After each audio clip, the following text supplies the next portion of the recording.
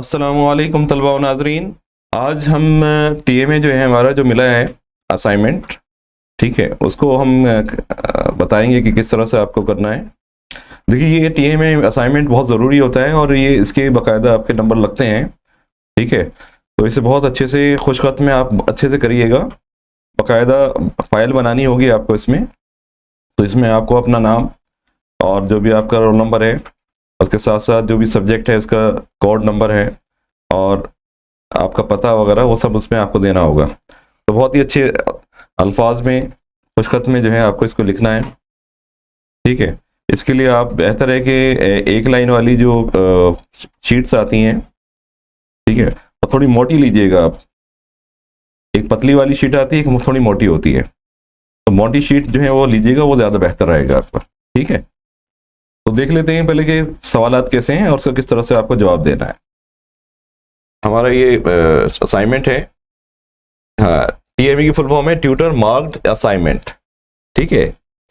इसमें आपको सारे सवालात जो हैं वो लाजमी हैं, वो करने हैं आपको, कोई छोड़ना नहीं है। हाँ, ये ज़रूर है कि आपको, हाँ, आप देखिए, जवाबी शीट जब आप देंगे तो उसके पहले सफ़े पर अपना नाम आपको लिखना है, साथ में अंदराज नंबर यानी इनरोलमेंट नंबर जो है आपका वो देना है, साथ में मरकज़ या मुताले का जो नाम है वो भी आपको देना है, और फिर उसके बाद आपको मजमून जो भी है उसके साथ साथ कोड नंबर भी डालना है। मजमून के साथ कोड नंबर भी डालिएगा, और उर्दू के साथ साथ इंग्लिश में भी आप लिखें, बेहतर रहेगा। उर्दू के साथ साथ इंग्लिश में भी आप लिख लेंगे तो बेहतर रहेगा। हाँ, अब इसमें जो पहला सवाल है आपका, इसमें दो ऑप्शन है आपको, या तो आप ये कर सकते हैं या ये कर सकते हैं। इसमें ऑप्शन हमें दे रखा है, यानी जो पहला जो सवाल है इसमें या तो ए पार्ट कर लीजिए या बी पार्ट कर लीजिए। हर सवाल के दो पार्ट हैं, एक और दो, यानी ए और बी। तो या तो आपको ए कर लें या बी कर लें, ये आपके ऊपर चॉइस है, लेकिन करना दोनों में से एक है आपको, ठीक है। अच्छा, अब इसमें पहला सवाल है, सकाफत में मादी और रूहानी पहलू होते हैं, तौसीक कीजिए। अब इसमें सबक नंबर जो 2 है आपका, उसमें इसका आंसर आपको मिल जाएगा। सबक नंबर 2 जो है इसका सफ़ा नंबर 17 में आप आ जाइए, इसमें इसका आपका आंसर मिल जाएगा सर जी। हाँ जी, देखिए, हमें सवाल ये पूछा गया है, सकाफत के मादी और रूहानी पहलू जो है उसके बारे में मालूम किया गया है। तो ये जो आपका टॉपिक है शुरुआत में ही आप देखेंगे 2.1.5 मादा परस्ती और रूहानियत। तो सकाफत में मादा परस्ती और रूहानियत की वजाहत इस पैराग्राफ में की गई है, ठीक है। ये देख रहे हैं आप कि सकाफत एक नस्ल या कौम का जहन व दिमाग, मफादात, रवैये, ख्यालात व नज़रियात, फ़न व हुनर और तहजीब के मैदान में रूहानी नशोनुमा है। हिंदुस्तान को आमतौर पर और ख़ास तौर से मगरिब में एक रूहानी सरजमीन के तौर पर जाना जाता है। ताहम कदीम अदवार से लेकर आज तक के हिंदुस्तान की तारीख ये दिखलाती है कि यहाँ मादा परस्त और गैर मादा परस्त सकाफत का फ़रोग़ साथ साथ हुआ है, ठीक है। तो यहाँ से आप इसे लिखना शुरू करेंगे और 2 पैराग्राफ में आप इसको जवाब दे देंगे, ठीक है। चाहे तो ये पूरा ही लिख लीजिए आप, ठीक है। तो इसमें इस पैराग्राफ से आप जो है जवाब बना के आप लिख सकते हैं, ठीक है, सकाफत में मादी और रूहानी पहलुओं के बारे में। सवाल नंबर 2 ये देख लिया आपने, पेज नंबर 17 में, ठीक है, पहला पैराग्राफ, इसे नोट कर लीजिए बेटा। सकाफत में मादी और रूहानी जो पहलू होते हैं, ठीक है, इसके बारे में जो वजाहत की गई है, तो सफ़ा नंबर 17 में, पेज चैप्टर 2 में है, ठीक है।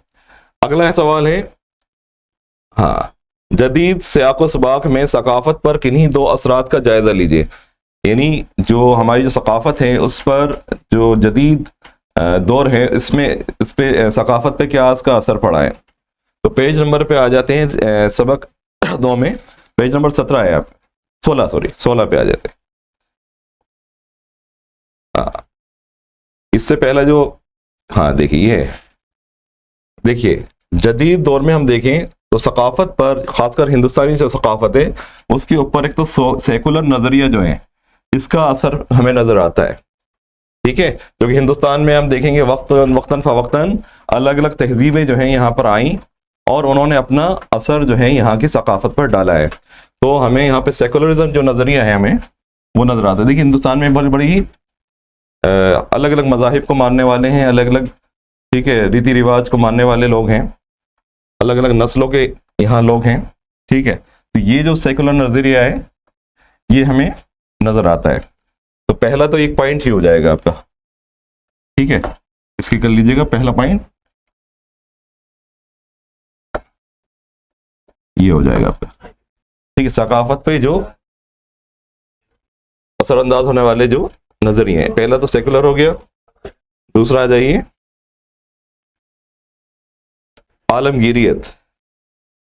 आलमगीरियत जिसे हम कहते हैं ग्लोबलाइजेशन,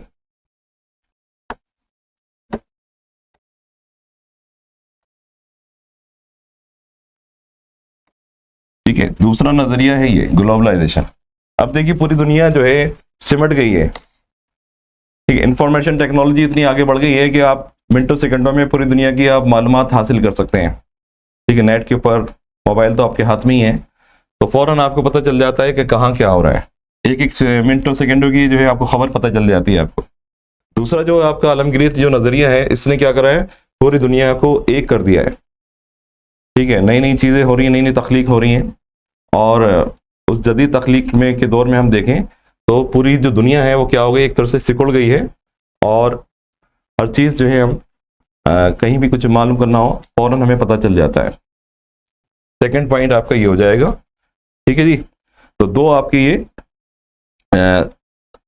असरात हमें देखने को मिलते हैं सकाफत के ऊपर। चलिए आते हैं टीएमए के ऊपर। अगला सवाल है, दूसरा सवाल, देखिए इसमें मैंने आपको बताया कि दोनों में से एक करना है, जो आपको अच्छा लगे, जो आप बेहतर तरीके से कर सकते हैं अच्छे से, वो उस पर आप कर लीजिए, ए कर लें या बी पार्ट कर लें, आपके ऊपर इसमें चॉइस है आपको, ठीक है। तो जो आपको अच्छा लगे, आपको ए सही से आता है तो आप उसे अच्छे से कर लें, बी अगर आपको लगता है कि हाँ ये अच्छे से कर सकता हूं तो ये बी कर लीजिएगा।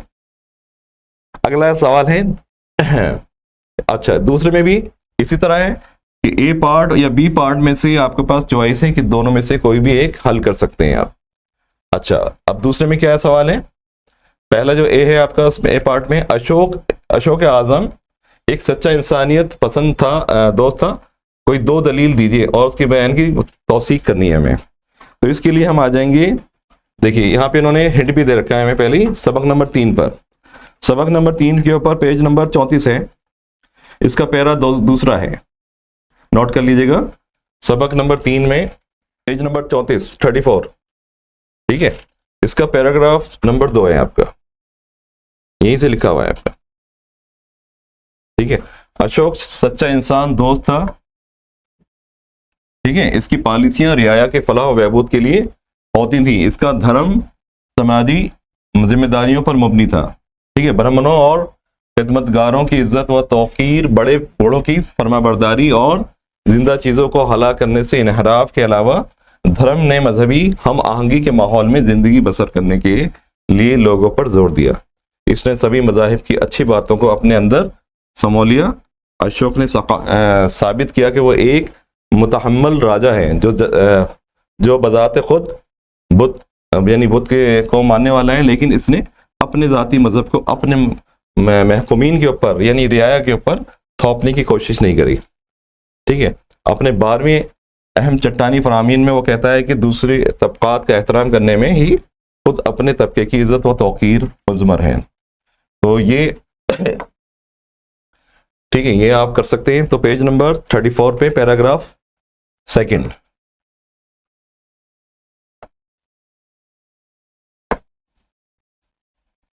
ठीक है, सफा नंबर 34 है और पैरा है दूसरा, ठीक है। तो ये आप नोट डाउन कर लीजिए, चाहे तो इसे और आगे बढ़ा दीजिएगा, ज्यादा कर लीजिए, कोई नहीं, कम नहीं होना चाहिए। अगला सवाल है, हाँ, साइंसी नजरियात की हिंदुस्तान में एक शानदार विरासत रही है। फल्कियात और इल्म रियाजी के मैदान में हिंदुस्तान में इश्तराक के जायजे की बुनियाद पर इस बयान की तौसीक कीजिए। अब ये साइंसी नजरियात के ऊपर जो चैप्टर है हमारा, ठीक है, 14 चैप्टर पे आ जाएंगे, इसका सफा नंबर 252 है।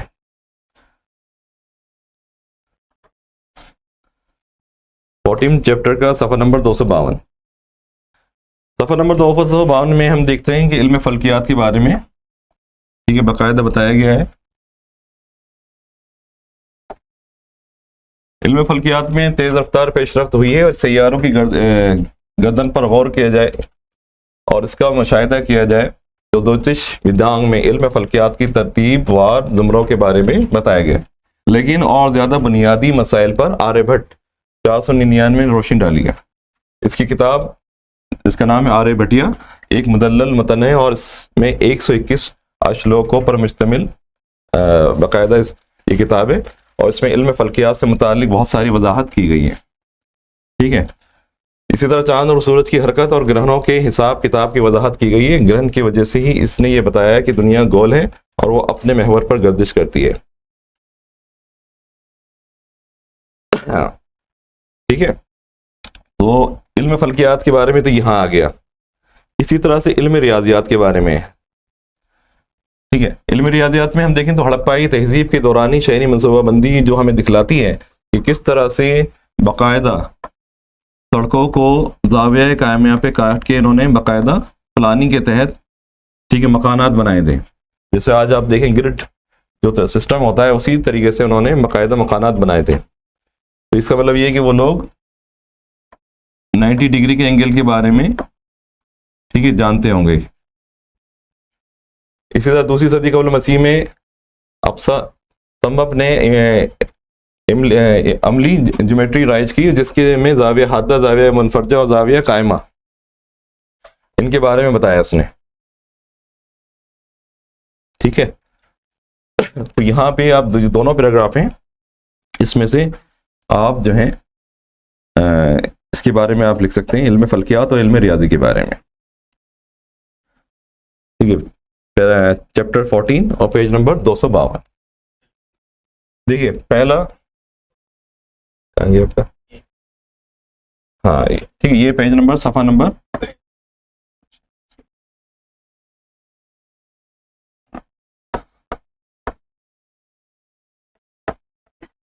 पेज नंबर 17 पे मिल जाएगा इसका, ठीक है। अच्छा, बी पार्ट जो है इसका पेज नंबर 16 में मिल जाएगा,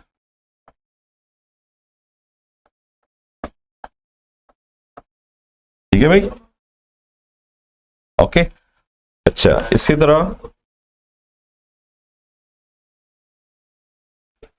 अशोक आजम एक सच्चा इंसान पर पसंद था, कोई दो दलील वाला, ये आपका हो जाएगा सफ़ा नंबर 34 पे, 34 पे,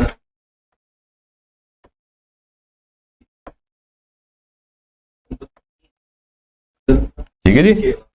इसी तरह से साइंस नजरियात के हिंदुस्तान में एक शानदार विरासती फल्कात और इल्म रियादियात के मैदान में, तो ये आ गया पेज नंबर 252।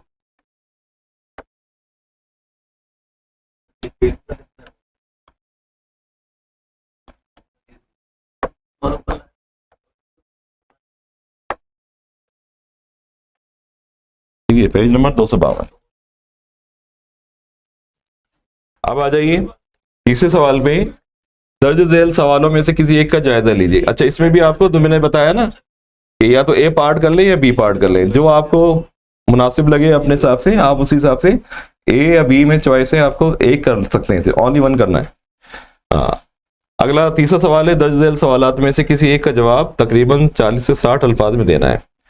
तो भक्ति और सूफी तहरीक की अहमियत का जायजा लीजिए, ठीक है जी।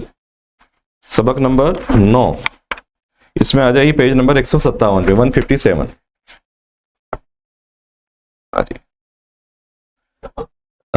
नो, चैप्टर 9 सफ़ा 157, 157 जी, आ जाइए, ठीक है जी। आ गए हम, ठीक है, 157 पे है। इसमें 9.4 पैराग्राफ है आपका, भक्ति और सूफी तहरीकों की अहमियत, ठीक है। तो भक्ति तहरीक एक समाजी मजहबी तहरीक थी जो मजहबी तासुब और समाजी कट्टरपन की मुखालफत करती थी और वो अच्छे किरदार और नेक और रास्ते अंदाज फ़िक्र पर जोर देती थी। एक ऐसे वक्त पर जब समाजी जमूत का शिकार हो गया था तो भक्ति तहरीकों ने इसमें नई जिंदगी और तवानाई पैदा की। इसने एतमाद का नया एहसास पैदा किया और समाजी और मजहबी इक़दार के नए मायने दिए। तो इसी में कबीर और नानक जैसे संतों ने मसावात के खतूत पर समाज के नए सिरे से तरतीब बंदी की, समाजी बराबरी की। इनकी पुकार ने बहुत से पसमानदा लोगों को इनकी जानी मुतवज्जा किया।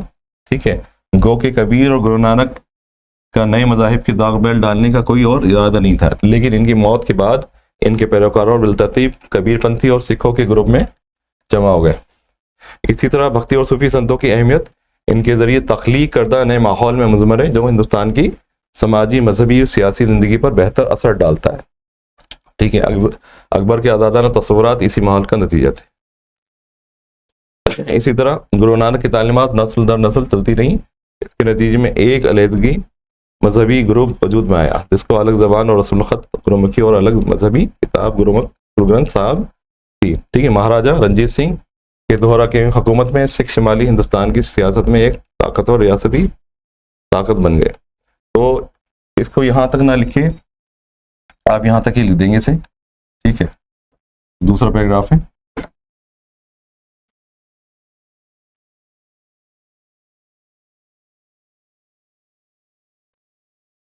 इस तरह भक्ति और सूफी तहरीकों के दरमियान अमल बाहम ने हिंदुस्तानी समाज पर अपनी छाप छोड़ दी। वहदतुल वजूद का सूफी तसव्वुर हिंदू उपनिषद से गहरी मुमासलत रखता है। कई सूफी शायरों ने तसव्वुरात की वजाहत के लिए फारसी के बजाय हिंदी इस्तिलाहातों के इस्तेमाल किया है।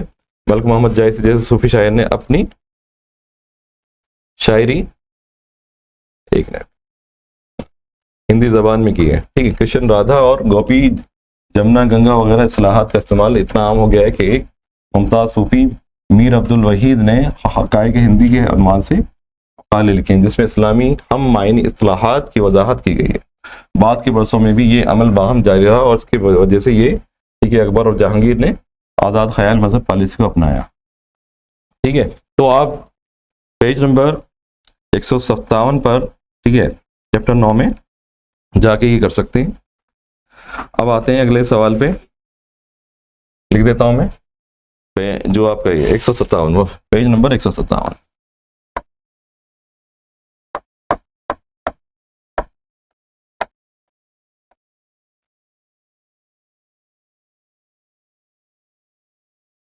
अब अगले सवाल पे आते हैं। अहद वस्ता के हिंदुस्तान में इल्म रियाजी के फ़रोग़ का तज्ज़िया कीजिए। सबक नंबर 14, पेज सफ़ा नंबर चैप्टर 14 पे जाते हैं। Page number 252। हाँ, इल्म रियाजी के फ़रोग़ का तज्ज़िया कीजिए। ठीक है, अहद वस्ता के दौरान हिंदुस्तान में इल्म रियाजी के फ़रोग़ पे, इसे पेज नंबर 257 पे आ जाइएगा। ठीक है, इसमें दौरे वस्ता में जो रियाजियत के मैदान में जो काम हुआ है ना, तो यहाँ से आपका 7वीं सदी ईस्वी के अजीम रियाजी दां ब्रह्मगुप्त ने मनफी आदात को बुझ और मस्बत आदात को खुशकिस्मती से ताबिर किया है और ये दिखलाया है कि कदीम हिंदुस्तान की अमल तिजारत के लिए रियाजियात की वफादियत से वाकिफ थे। तो यहीं से आप यहाँ से आ जाएगा आपका कुरान वस्ता का। कुरान वस्ता के अवाइल में रियाजी से मुतालिक 2 गैर मामूली किताबें श्री सिद्दीकी ठीक है गिनती सार और भास्कर की लीलावती थी। ये 2 किताबें हैं गिनती सार और लीलावती, ये बहुत इंपॉर्टेंट किताब है ठीक है इल्म रियाजी की। इसमें गिनती सार में तकसीम, ज़रब और आदाद और जो मुक़ाबा हैं और इसी तरह जज़रों के बारे में बताया गया है।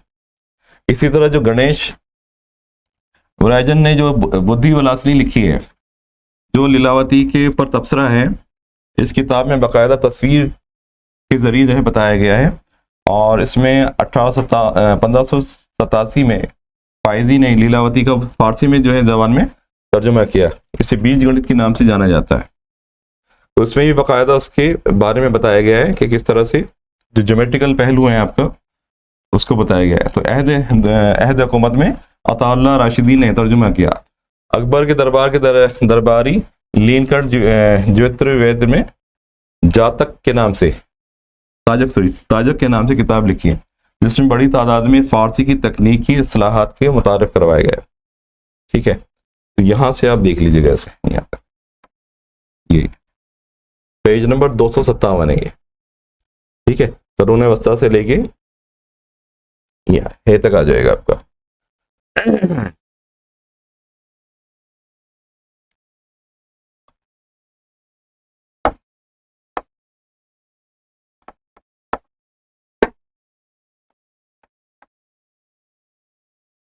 अगला सवाल है, दर्ज झेल सवालात में से किसी एक सवाल का जवाब तकरीबन 150 से 100 अल्फाज में देना है। तो ये बड़े सवाल हैं, ठीक है, इनके जवाब आपको जरा लेंथी है ये। अच्छा, असरी हिंदुस्तान में किन्हीं 4 समाजी और सकाफती अमूर का जायजा लीजिए। ठीक है भाई, असरी हिंदुस्तान में किन्हीं 4 समाजी और सकाफती अमूर का जायजा लीजिए। तो ये आ जाइए पेज नंबर 339 में।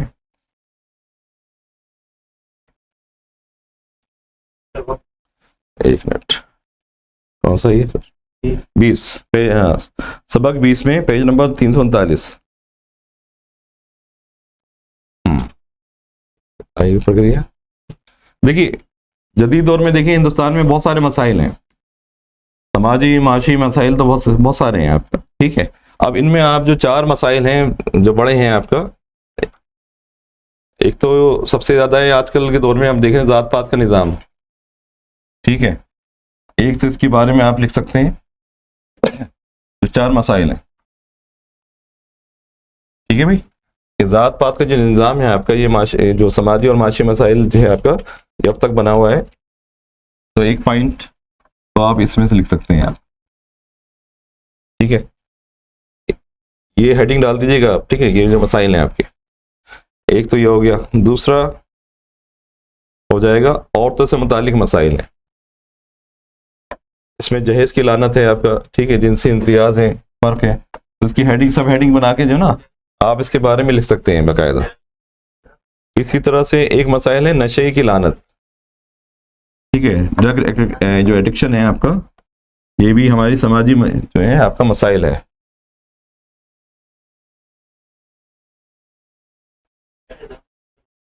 और तीसरा है चौथा है फिरका परस्ती। फिरका परस्ती आप देखिए आजकल के टाइम में कितना ये पूरे डिस्टर्ब कर रखा है पूरे हिंदुस्तान को, ठीक है, फिरका परस्ती ने, जो तासुब है आपका। तो चौथा मसाइल ये है। बाकी और भी मसाइल हैं इसके अलावा, ठीक है, बूढ़ों से जुड़े हुए मसाइल भी हैं और बच्चों से जुड़े मसाइल हैं, गरीबी और बेरोजगारी है, ठीक है। तो चारों में चाहे तो वो कर सकते हैं, ये भी कर सकते हैं आप, ठीक है। तो आप कुछ करने आपको चाह रहे हैं इसमें, ठीक है। तो ये आप हेडिंग बना के बाकायदा बच्चों के मसाइल हो गए इसी तरह। तो इन 6 में से या 7 में से कोई भी आप 4 कर दीजिएगा। तो इसका जवाब आ गया आपका 339, पेज नंबर 339। अगला है कदीम हिंदुस्तान के किन्हीं 4 साइंसदानों के इश्तराक का तज्जिया कीजिए। ये कदीम हिंदुस्तान की बात हो रही है, ये ध्यान रखिएगा, ठीक है। ये बात हो रही है कदीम हिंदुस्तान की, जदीद हिंदुस्तान की नहीं हो रही। तो कदीम हिंदुस्तान के 4 साइंसदान हैं। तो इसके लिए आप आएंगे पेज नंबर चैप्टर नंबर 15 पे, सफ़ा नंबर 270 से 71। एक तो ये बौद्धियान हो गए आपके, बौद्धियान, ठीक है जी, क्योंकि 4 साइंसदान हैं, तो साइंसदान तो कई सारे हैं।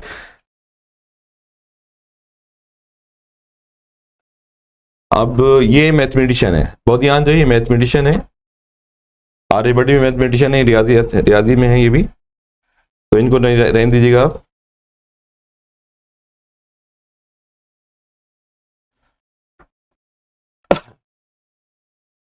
ये भी रियाजी के मैदान में ये आती है। एक मिनट, ये हाँ जी, साइंस के मैदान में आ जाइए कण, ठीक है। इनके बारे में आप लिख दीजिएगा कण। हिंदुस्तानी फलसफों के 6 निज़ामों में से एक वैश्विक मकतब फ़िक्र का साइंसदान थे और इनका ताल्लुक 6वीं सदी ईस्वी से था और इसका असल नाम औला औलाकिया था, ठीक है। इसको कण के नाम से भी जाना जाता है। तो इन्होंने जो ज़र्रात हैं, आपका एटम है, इनके ऊपर तख्लीक की थी बाकायदा। तो इन्होंने कहा कि जो भी मादा है कायनात में, वो छोटे छोटे ज़र्रात से मिलकर बना है, ठीक है, जिनको हम किसी भी इंसानी अज़्वे से नहीं देख सकते, यानी खुली आंख से हम उसे नहीं देख सकते। तो एक तो हो गए कण, दूसरे हो गए वराहमीर, ठीक है। वराहमीर ये कदीम हिंदुस्तान के एक और मशहूर साइंसदान थे। इसका ताल्लुक गुप्त राजाओं के दौर से था। वराहमीर ने इल्म मायात, यानी जो आपका लिक्विड होता है उसके ऊपर, और इल्म अर्जियात, जियोलॉजी कहते हैं, जियोलॉजी, जियोलॉजी जो जमीन से जुड़ा होता है, जियोलॉजी, और ये, ठीक है। इसी तरह से माहौलियात, एनवायरमेंट, इसके ऊपर उन्होंने काम किया है।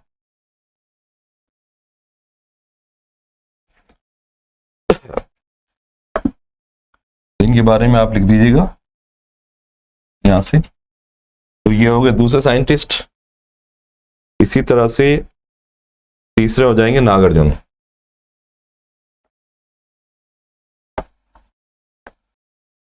नागार्जुन 10वीं सदी ईस्वी का साइंसदान था और उसके तजुर्बात का मकसद ऐन बुनियादी अनासिर सोने को तब्दील करना था। आपको मालूम होगा बहुत सारे जो जो साइंटिफिक रिसर्च हुई हैं वो सोने की खोज में या सोने को बनाने के लिए हुई हैं ज़्यादातर, इसीलिए इसे इल्म कीमिया भी कहा जाता है। कीमियागिरी आपने नाम सुना होगा, जो केमिस्ट्री जिसे हम कहते हैं। तो बहुत सारे, अब सोना तो नहीं बन पाया, लेकिन उसके जगह दूसरे और एलिमेंट्स हमें पता चले, साथ साथ बहुत से दूसरे जो मरकबात हैं, ठीक है, वो हमें मिल गए।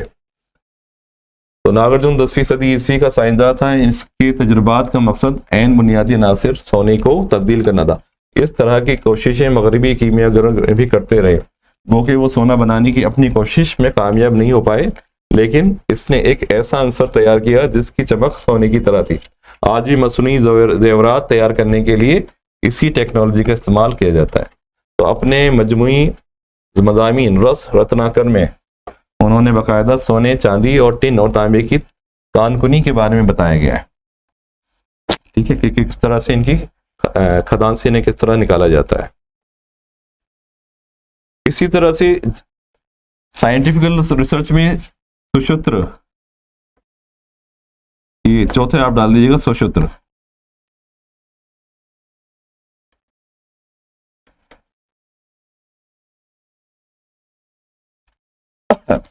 सुसूत्र को सर्जरी का जो एक तरह से माना जाता है, खासकर इंडिया के इसमें कॉन्टेक्स्ट में हम देखें तो इन्होंने बहुत सारे आलात भी बनाए सर्जरी के, ठीक है। तो इन्होंने बहुत सारी जो बीमारी हैं उसका इन्होंने इलाज भी निकाला, ठीक है। इसमें जो किताब है इनकी सुसूत्र जो संहिता है, उसमें बाकायदा उन्होंने 8 किस्म के अरकान के बारे में, 26 किस्म के बुखार, 8 किस्म के अरकान और 20 किस्म की जो पेशाब से रिलेटेड बीमारियां होती हैं उसका इसमें जिक्र किया है। और तकरीबन 760 पेड़ पौधों और जड़ी बूटियों का जो है उसका भी जिक्र किया है इन्होंने इस किताब में,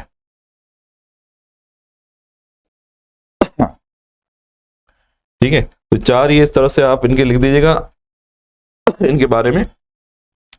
इसके अलावा चरक भी हैं, सिर्फ अब क्योंकि आपको सिर्फ चार के बारे में लिखना है तो 4 कोई से भी लिख सकते हैं। तो चाहे तो चरक के बारे में आप लिख दें। चरक जो थे ये मेडिसिन के प्रोफेसर थे, ठीक है, और इन्होंने मेडिसिन के बारे में काफ़ी काम किया है। इन्होंने मेडिसिन यानी जो दवाइयाँ हैं आपकी, अदवियात जो हैं उसके से रिलेटेड थे। और इनकी जो किताब है इसका नाम है चरक संहिता। तो इसमें बाकायदा उन्होंने बताया कि हाजमा, इस्तेहाला और बीमारियों बहुत सारी जो है उससे किस तरह से बचाव किया जा सकता है, इसके बारे में उन्होंने बताया। तो इनके बारे में चाहें तो आप लिख दें। तो करना सिर्फ आपको 4 के बारे में है। अब आ जाते हैं हम पांचवा सवाल। अच्छा, ये पेज नंबर है इसका 270 71।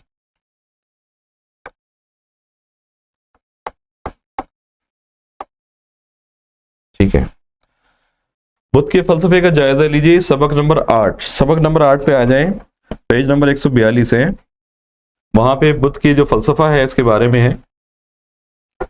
सफा नंबर 142 और पैराग्राफ है 8.12 जी।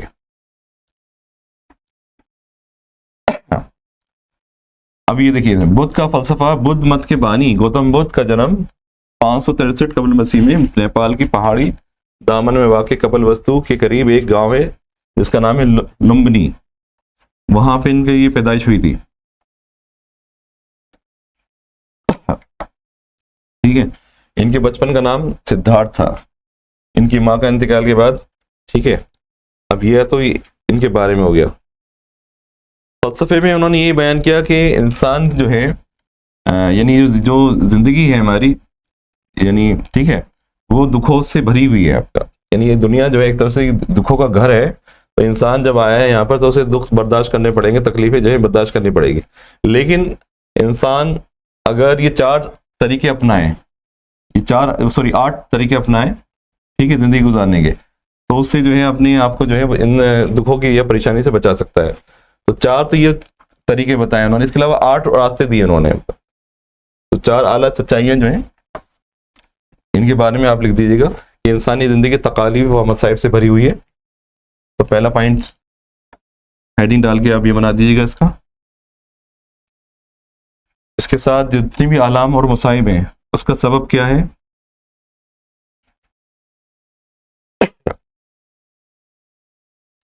इंसानी ख्वाहिशात हैं और इंसानी ख्वाहिशात कभी पूरी होने वाली नहीं है।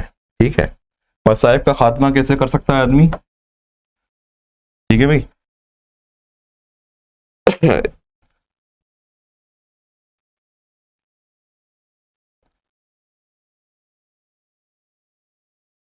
ठीक है। अब ये नहीं है, जो मसाइब का अगर खात्मा करना है तो इंसान को क्या करना पड़ेगा, अपनी जो ख्वाहिशात हैं इसके ऊपर कंट्रोल करना पड़ेगा। ठीक है, इसके ऊपर कंट्रोल करके इसके साथ साथ जो बहुत सारी और बीमारी इंसान के साथ लगी हुई है, हसद है, शक है, शुबा है, गम है, ठीक है, इसको जो है आप खत्म करना पड़ेगा अपने अंदर से। इसके अलावा निजात का रास्ता। ठीक है, चौथी हकीकत क्या है, इंसान जो है अगर निजात उसे हासिल करनी है दुखों तकलीफों से,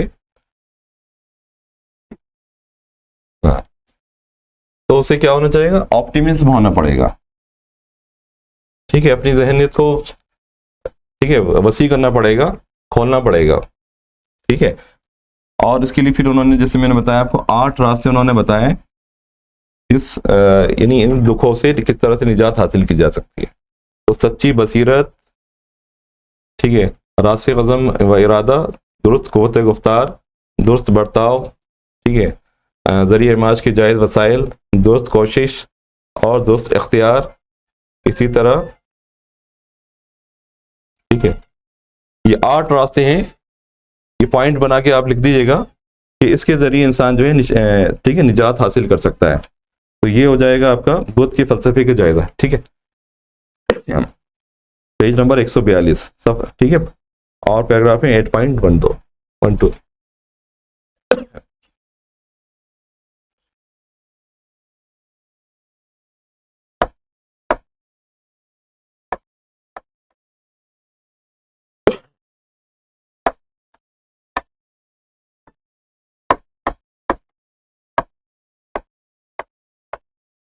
ठीक है, पैरा 8.12 है। अब आते हैं हिंदुस्तानी फ़लसफ़े के किन ही 4 मकातबे का तज्ज़िया कीजिए। अब इसमें हमारे जो फ़लसफ़े हैं, जो हिंदुस्तानी फ़लसफ़े हैं, वो भी कई सारे हैं, तकरीबन 7-8 हैं। तो उसमें हमें सिर्फ 4 के बारे में लिखना है। ठीक है, तो आ जाते हैं, सबक नंबर 8 और 9 है वैसे तो इसमें हम आ जाते हैं पेज नंबर 137। देखिए, पहला है आपका हाँ, पेज नंबर 137 पे पहला ही फ़लसफ़ा है वैदिक फ़लसफ़ा।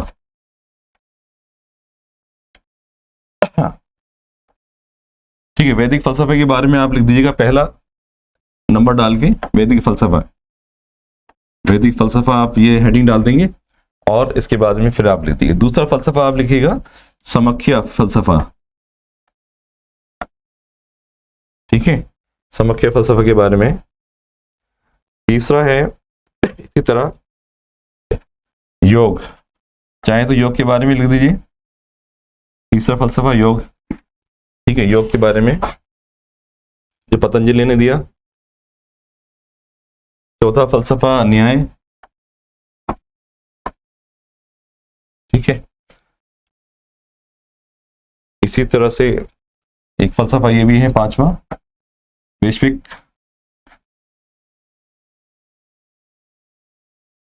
और एक इसी तरह से ये है मीमांसा, ठीक है। तो आप 6-7 हैं ये, तो इसमें से आप 4 ही करने हैं आपको, ठीक है। तो 4 फिर आप फलसफे जो है अच्छे से लिख दीजिएगा, ये पूरा हो जाएगा। अगला आप लास्ट सवाल है प्रोजेक्ट वाला, ये पेज नंबर बताया था इसका मैं, तो पेज नंबर ये 142 पे। अब जो प्रोजेक्ट आप बनाएंगे वो होगा नौआबादियाती जो शहर हैं उसके बारे में, कलकत्ता और बम्बई, मद्रास, दिल्ली भी है इसमें, लेकिन इसमें सिर्फ कलकत्ता और बम्बई के बारे में आपको बनाना है। तो पेज नंबर 238 पे आ जाइए। हाँ, सब 13 है ना शायद,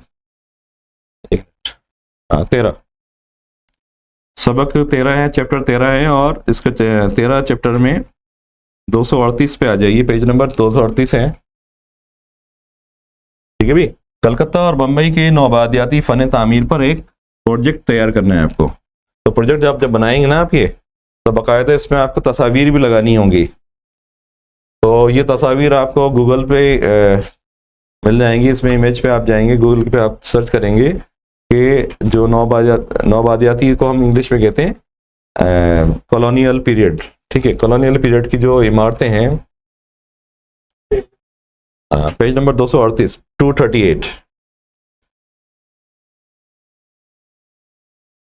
दिया कोलकाता। देखिए सिर्फ 2 शहरों के बारे में, तो इसमें एक कोलकाता, आप इसे पहले कैलकाटा कहते थे इसे अंग्रेजी दौर में, अब इसे कोलकाता जो पुराना नाम है वही रखा गया है, ठीक है। ये अलग अलग तकरीबन 5-6 इसके गांव हैं, उनको मिला के ये बनाया गया था कलकत्ता। तो इसके बारे में आप ये लिख दीजिएगा कि कलकत्ता की इब्तिदा और उसकी तारीख को खोज करना इंतहाई दिलचस्प का काम है। 1911 तक ये राजधानी रही हिंदुस्तान की। 1911 के बाद हिंदुस्तान की राजधानी दिल्ली शिफ्ट हो गई थी, तो 1911 से लेके 1931 तक बन के तैयार हुई, 20 साल लगे नई दिल्ली को बनने में। तो आप कलकत्ता के बारे में आप लिख दीजिएगा। इसके अलावा जितनी भी तस्वीर यहाँ लगी हुई, या तो इसको ही काट के लगा दीजिएगा, या फिर गूगल से आप सर्च करेंगे तो जो भी तारीखी इमारतें हैं कलकत्ता की वो निकल आएंगी आप, और उसको चिपका दीजिएगा। तो ये हो गई कलकत्ता के बारे में। इसी तरह से दूसरा है बम्बई, ठीक है। तो दूसरा जो शहर है बम्बई, इसके बारे में आप यहाँ से लिख देंगे, और उसकी जो इमारतें हैं, जैसे बीएमसी की भी बिल्डिंग है ये, ठीक है, बीएमसी यानी बॉम्बे म्यूनिसिपल कॉरपोरेशन। इसी तरह से ये गेटवे ऑफ इंडिया है। इसी तरह से और बहुत सारी इमारतें हैं, ताज होटल हो गया, और वहाँ का जो चर्च हो गए बहुत सारे, चर्च के साथ साथ वहाँ का जो विक्टोरिया टर्मिनल है, जो रेलवे स्टेशन है आपका, इसके बारे में उसको भी आप दिखा सकते हैं, ठीक है। तो ये हो गया आपका। तो ये पेज नंबर 238 से लेके 240 के दरमियान है, ठीक है। तो 3 इसमें आ जाएंगे। अगला है हिंदुस्तान में अहद व्यवस्था के फन तामीर पर एक प्रोजेक्ट तैयार कीजिए। ये जो है आपका अहद व्यवस्था से जुड़ा हुआ है, तो या तो ये कर लें या ये कर लीजिए। तो इसी पे आ जाइए, पेज नंबर 229 पे, चैप्टर यही रहेगा आपका 13। अब अहद व्यवस्था में तो बहुत सारे सलातीन भी हुए हैं, फिर ये मुगल पीरियड भी आ जाता है, उसके बाद बहमनी पीरियड है, दक्कन में है, फिर अलग अलग रियासतें हो गई।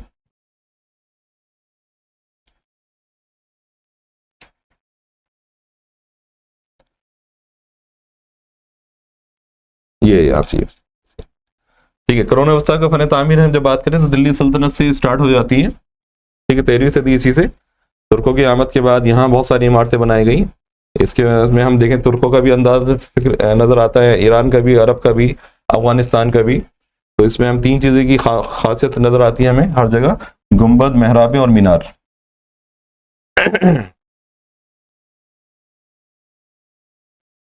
ठीक है, तो पहली जो मस्जिद है जो दिल्ली में तामीर की गई वो है क़ुव्वत अल-इस्लाम मस्जिद, कुतुब मीनार में। ठीक है, इसके बारे में आप लिख दीजिएगा कुतुब मीनार के बारे में। ठीक है, इसके अलावा इलाकाई ममलिकतें हैं जिसमें बंगाल, गुजरात और दक्कन में है, मेहमानी रियासतें। तो मांडवा में भी जो है बहुत सारी इमारतें बनाई गई हैं, जौनपुर में हो गया, इसी तरह गोलकुंडा है, बीजापुर है। मुगल दौर की इमारतें हैं आपका, इसमें ये आगरा का किला हो जाएगा। ठीक है, इसी तरह से शाहजहां की तामीर करदा इमारतें हैं, लाल किला है, जामा मस्जिद है, अकबर की बनाए हुए फतेहपुर सीकरी हो गया। ठीक है, तो ये बस यहीं तक हो जाएगा, यहीं तक ले लीजिएगा आप। ठीक है, ये इसको यहाँ तक कवर कर लीजिएगा। ठीक है, और इनकी बहुत सारी जो पिक्चर्स हैं वो आपको तो मिल जाएंगे, आपको गूगल्स पे आप ले लीजिए, या किताब से भी आप लेके जो है इसे चिपका सकते हैं, लेकिन कलर होंगी तो अच्छा रहेगा। तो इस तरह ही आपका ठीक है टीएमए कंप्लीट हो जाता है। हाँ, पेज नंबर 229 पे है ये। देखिए आपका जो टीएमए होगा उसका जो पहला जो आप पेज बनाएंगे ना वो इस तरह का होना चाहिए। देखिए आपका, इसे आप चाहें तो फोटो स्टेट करा लीजिएगा। आपका यहाँ पे नाम आ जाएगा, यहाँ पे फादर का नाम आ जाएगा। अब ये तो बिजनेस स्टडी का लिखा हुआ है, लेकिन आप इसको हटा के, ठीक है, आपके सब्जेक्ट का नाम ICH इन, ठीक है, हिंदुस्तानी सकाफत और, ठीक है, उसके बारे में आ जाएगा, और विरासत के बारे में। क्लास 10th हो जाएगा, मीडियम आपका उर्दू ही हो जाएगा। एड्रेस जो आपका है वो दे दी जाएगा। सेशन 2024-25 रहेगा, ये ध्यान रखना, 2024-25 सेशन। एनरोलमेंट नंबर जो आपका अपना है, यानी आपका नाम, फादर का नाम, और तीसरा जो है एनरोलमेंट नंबर होगा आपका जो इंदराज नंबर है वो यहाँ लिखा जाएगा। इसके बाद आपका सब्जेक्ट आएगा, सब्जेक्ट का नाम उर्दू में और इंग्लिश दोनों में देना, और साथ में इसका कोड नंबर जरूर डालना, आर्ट्स जो भी आपका है 223 है शायद, हाँ ठीक है, 223 कोड नंबर जरूर डालिएगा। फिर क्लास 10th हो जाएगी आपकी। मीडियम आपका, यानी जो आप किस मीडियम में दे रहे हैं, ठीक है, वो उर्दू हो जाएगा। आपका एड्रेस आ जाएगा, और इसके बाद सेशन आ जाएगा 2024-25 हो जाएगा ये। ठीक है, सेशन क्या है, 2024-25 होगा। फिर आपके साइन हो जाएंगे, यहाँ दस्तखत हो जाएंगे आपके। ठीक है, उर्दू में, इंग्लिश में, जिसमें भी आप करें, तो यहाँ पर आपके दस्तखत भी होंगे साथ में। तो इस तरह से ये पहला पेज जो है ये आपको देना है। हाँ, और अच्छे से खूबसूरत तरीके से बना के दीजिएगा। नंबर तभी मिलेंगे, मैं बता रहा हूँ, मैं हज़ारों लोग, लाखों लोग बैठते हैं, तो नंबर उन्हीं को अच्छे मिलेंगे जिनकी तहरीर अच्छी होगी, जिनका प्रेजेंटेशन अच्छा होगा। तो अच्छे पेज इस्तेमाल करिएगा, इसमें आपकी जो तहरीर है खुशखत होनी चाहिए। तो प्रोजेक्ट जो बनाएंगे बहुत अच्छे से बनाएंगे, बेहतरीन तरीके से। कोशिश ये करिएगा जो पिक्चर आप चिपकाएंगे वो कलर होनी चाहिए, रंगीन हो। ठीक है, हेडिंग बहुत अच्छे से दीजिएगा। हेडिंग के लिए अलग पेन का इस्तेमाल कीजिएगा, और लिखने के लिए अलग। ठीक है, 2-3 पेन रखना अपने पास। चलिए फिर मिलते हैं इंशाल्लाह, अगली क्लास में आपसे मुलाकात होती है। ठीक है, दुआ में याद रखिएगा। अल्लाह हाफिज़, अस्सलाम।